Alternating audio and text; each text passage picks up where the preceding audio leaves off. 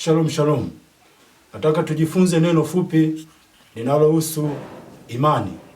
Katika kitabu kile cha waraka wa Waebrania sura ile ya 11 mstari wa kwanza. Nitasoma. Basi imani ni kuwa na hakika ya mambo yatarajiwayo, ni bayana ya mambo yasiyoonekana. Imani ni hakika ya mambo yatarajiwayo, ni bayana ya mambo yasiyoonekana. Unatarajia nini kwa Mungu? Unataka kitu gani kionekane? Unataka uone nini? Je, utakiona kwa kufanya kazi sana? Je, utakiona kwa kufanya juhudi sana? Imani inakupa vitu ambavyo havionekani. Ni bayana ya vitu visivyoonekana. Ni hakika ya vitu unavyovitarajia. Kila unachokitarajia utakipata kwa imani. Mafanikio unayoyatarajia utayapata kwa imani. Ulinzi unaotarajia utaupata kwa imani. Wokovu unaotarajia utaupata kwa imani. Msaada unaotarajia kwa Mungu utaupata kwa imani. Chochote ambacho unakitarajia ama chochote ambacho unahitaji ukione, kiwe bayana ukione, kinaanzia kwenye imani ambayo ni kwenye ulimwengu wa roho. Lazima uamini kwamba umekipata. Lazima uamini kwamba ipo. Kwa hiyo imani ni nini? Tunapoizungumzia imani ni nini? Hata hivi vitu vinakuwa bayana. Hata hivi vitu vinatarajiwa. Imani ni nini? Imani ni kifaa chenye uwezo wa kununua vitu kwenye ulimwengu wa roho. Imani ni kibali cha kupata vitu kwenye ulimwengu wa roho. Pesa ni kama kibali tu ambacho kinakuwezesha wewe kupata vitu. Ukiwa na noti ya shilingi 10,000 unaweza ukapata kitu chenye gharama ya shilingi 10,000. Kile ni kibali cha wewe kupata kitu unachokihitaji cha gharama ile. Ndiyo fedha. Sasa imani ndio kitu tunachotumia kununulia vitu kwenye ulimwengu wa roho. Imani inanunua wokovu. Imani inanunua uzima wa milele. Imani inanunua amani.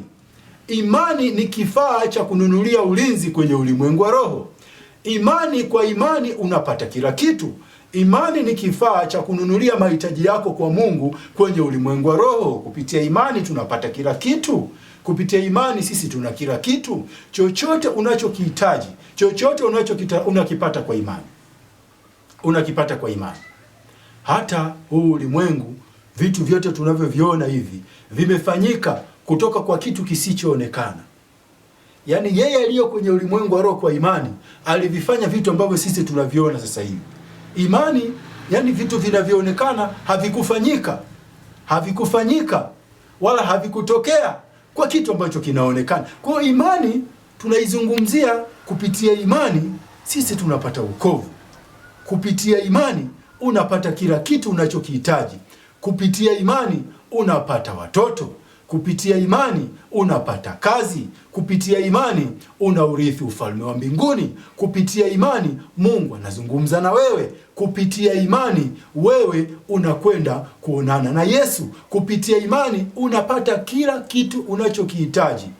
Ndio maana somo la leo nilitaka tuzungumzie imani, kwamba mtu mwenye imani, mtu ambaye ana imani, sio mtu wa kawaida.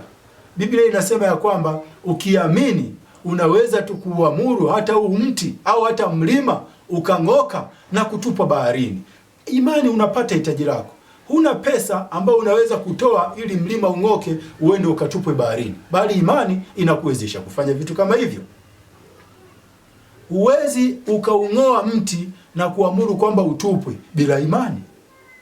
Huwezi ukamponya mtu magonjwa yake bila imani. Huwezi ukafufua wafu bila imani. Sasa tunafufuaje wafu? Tunapata nguvu ya kufufua watu, tunaipata wapi? Imani ni kifaa cha kununulia vitu kwenye ulimwengu wa roho. Kwa imani unamwombea mgonjwa naye anapata afya. Kwa imani unakula vitu vya kufisha bila wewe kudhurika. Kwa imani unashika nyoka. Kwa imani unasema kwa lugha mpya. Kwa imani Ibrahimu aliitika alipoitwa, akatoka asijue aendako. Kwa imani Ibrahimu alipokea ahadi. Kwa imani Sara aliyekuwa mgumba, aliyekuwa tasa, alipokea mtoto katika uzee wake. Kwa imani Imani ni kitu kinachokuwezesha wewe kupata vitu. Imani hii ni imani katika Yesu Kristo. Imani hii ni imani katika Kristo Yesu inayokupa wewe uzima, inayokupa wewe wokovu, inayokupa wewe kupata vitu. Ndugu yangu, unahitaji kitu gani? Kitu gani unahitaji kutoka kwa Yesu? Kitu gani ambacho wewe unakihitaji kwenye maisha yako? Ujapofanya kazi kwa bidii, zile ni juhudi tu ambazo ni mazao ya imani.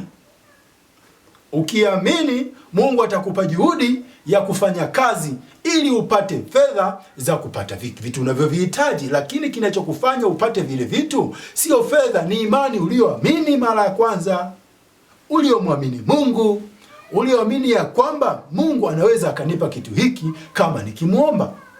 Imani ambayo haina mashaka inaweza kukupa wewe kila kitu. Biblia inasema hata kama sisi hatutamwamini Yesu, lakini yeye Yesu anadumu wa kuaminiwa alivyo. Yani alivyo, yeye ni wa kuaminiwa alivyo. Haijalishi unamwamini ama humwamini, lakini alivyo yeye ni wa kuaminiwa, anadumu kuaminiwa. Sasa haijalishi kwamba wewe unaamini au humwamini. Haijalishi kwamba wewe unataka kitu fulani, lakini kitu kile ukikipata nje ya imani au nje ya Yesu Kristo, kile kitu ni dhambi kwako. Baraka zozote utakazozipata nje ya Yesu, zile baraka ni dhambi na zinaweza kuondoka wakati wowote. Zinaweza kuyeyuka wakati wowote. Lakini kwa nini Mungu anasisitiza somo la imani? Kwa nini tunazungumza imani? Imani kwa nani? Imani kwa mwana wa Mungu. Imani kwa Kristo Yesu. Lazima umwamini yeye anayedumu kuaminiwa. Kama una mahitaji, muamini yeye ambaye anaweza kukupa kila kitu. Muamini yeye. Kama wewe hauamini, ulimwengu unaamini, kwa sababu vitu hivi ambavyo ulimwengu vipo ulimwenguni vimefanyika kwa imani. Vimefanyika kwa yeye asiyeonekana. Vimetoka kwa yeye ambaye haonekani. Kwa hiyo na wewe ili upate vitu unatakiwa umwamini yule asiyeonekana ili akupe vitu. Tunaona uumbaji wote huu umefanyika kutoka kwa yeye asiyeonekana, ndio imani hiyo. Kwa hiyo ili na wewe upate vitu unatakiwa umwamini yeye asiyeonekana ambaye anaweza kukupa wewe vitu, kufanya vitu vitokee kwenye maisha yako, kufanya vitu vitokee wewe sawa sawa na hitaji lako, sawa sawa na mahitaji yako. Unahitaji ndoa, huwezi ukapata ndoa kwa kufuata vitu vinavyoonekana. Huwezi ukafuata kazi kwa kuwafuata wakurugenzi na watu wa interview na HR na maafisa utumishi. Huwezi kupata kazi kwa namna hiyo, kwa sababu Biblia imesema vitu vinavyoonekana havikufanyika kwa vitu vinavyoonekana, bali vitu vyote vinavyoonekana vimefanyika kutoka kwa kitu au kwa vitu visivyoonekana. Yani yeye asiyeonekana ndio amefanya vitu vionekane, ili wewe upate kazi, ili wewe upate mke, ili wewe upate watoto, ili wewe upate magari, ili wewe upate wokovu, ili wewe upate uzima. Unahitaji umuendee yule asiyeonekana kwa imani, ndio utapata vitu vyako. Hivyo ndivyo watu wanakuwa na vitu. Watu hawawi na vitu kwa kupambana sana. Unamfuata asiyeonekana, yeye anakupa nguvu za kupata utajiri, anakupa nguvu za kupambana, anakupa maarifa ya kupambana, anakupa uwezo wa kupambana, anakupa hekima ya kupambana. Lazima umfuate yeye asiyeonekana, naye anafuatwa kwa imani. Imani hii ninayozungumzia hapa ni katika Kristo Yesu mwana wa Mungu aliye hai, ambaye waaminio ndio wanapata kila kitu.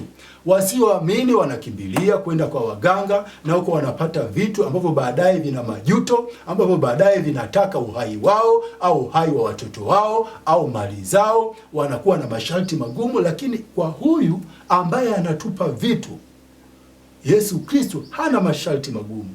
Baada ya kuondoa uhai wako, yeye anakupa uzima wa milele. Anakupa uzima wa kwako, na familia yako inakuwa salama, na watu wa nyumba yako wanakuwa salama. Lakini nini?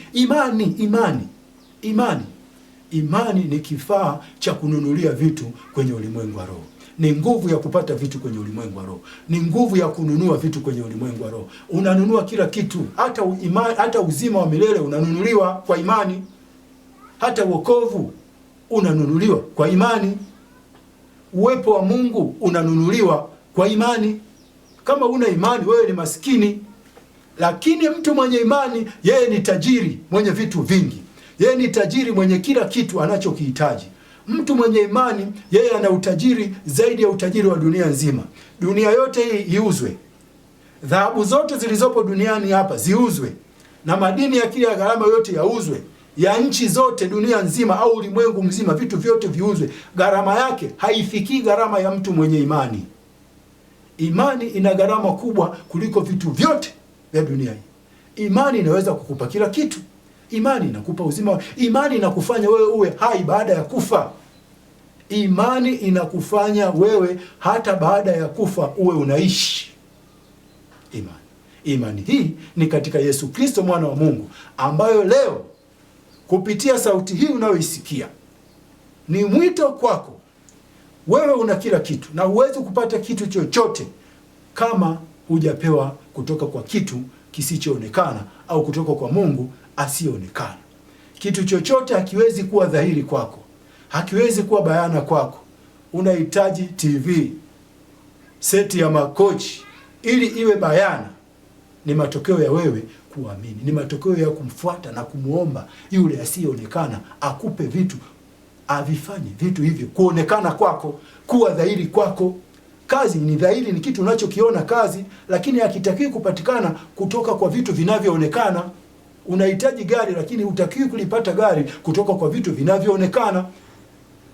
Unahitaji uvipate kwa imani. Imani hii ni katika Yesu Kristo anayetupa sisi vitu vyote. Yesu akikupa nyumba, akikupa gari, hiyo inadumu. Kama unahitaji chochote, muombe Mungu kwa imani. Muendee Mungu kwa imani. Yeye atakupa njia ya kupata kazi. Yeye akisema kazi umepata, hiyo kazi ni ya kwako. Lakini nje ya Kristo Yesu huwezi kuwa na imani yoyote. Huwezi kupata chochote kwa imani. Huwezi kuvuna chochote. Hata mavuno tunavuna kwa imani. Kwa hiyo, kwa ujumbe huu, mpokee Yesu. Muamini Yesu kuwa Bwana na Mwokozi wa maisha yako. Hiyo ndio imani inayozungumzia itakayokuwezesha wewe kupata vitu na kuvuna vitu kwenye ulimwengu wa roho. Leo kama unaisikia sauti hii, muamini Yesu. Yeye anadumu kuaminiwa. Ukimwamini Yesu kupitia imani hile, wewe utakuwa na nguvu, utapokea uwezo hata wa kuwafufua waliokufa na kuwafanya kuwa hai. Utakuwa na uwezo hata wa kuamuru milima ing'oke na ikatupe baharini. Utakuwa na uwezo wa kuamuru vitu vigumu navyo vikakutii. Watu wanaogopa imani katika Kristo Yesu.